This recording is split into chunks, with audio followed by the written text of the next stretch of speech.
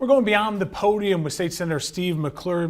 Senator McClure, thank you so much for joining us this morning. I want to start really quickly with why we bring you in here. Why are Republicans, state Republicans, asking U.S. Attorney General Pam Bondi for more clarity with this issue as far as trans athletes in sports here in Illinois?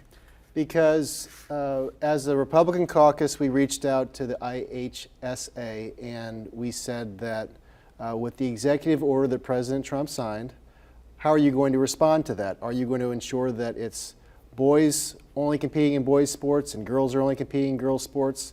And their response was essentially, we don't have clarity on the issue, and they didn't take a position. And that was troubling to the caucus, that was troubling to me, and so I reached out to them for more clarification. Yet again, we didn't get any, and therefore we then decided to send a letter to the Attorney General of the United States and try to get on top of this issue. Have you heard anything back from the Attorney General yet? We have not yet, no. No. Can I ask, as far as your opinions and your thoughts go, the IHSA is basically saying we are going to leave this up to the different school districts and say on each case-by-case basis. Do you recommend to the districts in your district to do, yes or no, follow the executive order or follow what the state law says? I would encourage them to follow the executive order. Because either we have co-ed sports, where boys and girls are both participating in all these sports, or we don't. And right now we don't, and yet they're allowing some students who are biological males to participate in girls. And there's a serious issue with fairness, and why should a few boys get to compete in girls sports? Either they're all co-ed or they're not. Now, what actually has prevalence, an executive order or the state law? Is there clarity or is there real confusion? Well, the federal government always is the top entity when it comes to the law. However, whether an executive order or a state law is what rules is up to the courts to figure out. Yeah. In the state law, where they're finding protection for these trans athletes is through anti-discrimination laws. Is the law clear as far as the Illinois state law about what they're trying to protect with these trans athletes? No, the problem is that all these laws are murky and the courts are making all kinds of rulings, and this is not just happening in this state, but it's across the country. And so we really do need the federal government to step up and to bring clarification in these states that are not complying with the federal executive order. So it is murky in the sense that some of these places don't know who to turn to, feds or the state, and but I would say that they should take their directive from the federal government. Why is this such an important issue, especially for residents here in Central Illinois? It's an important issue because, first of all, kids only have a few years at high school, and so high school sports are really important to people, and they really help to develop leadership skills that people utilize later in life.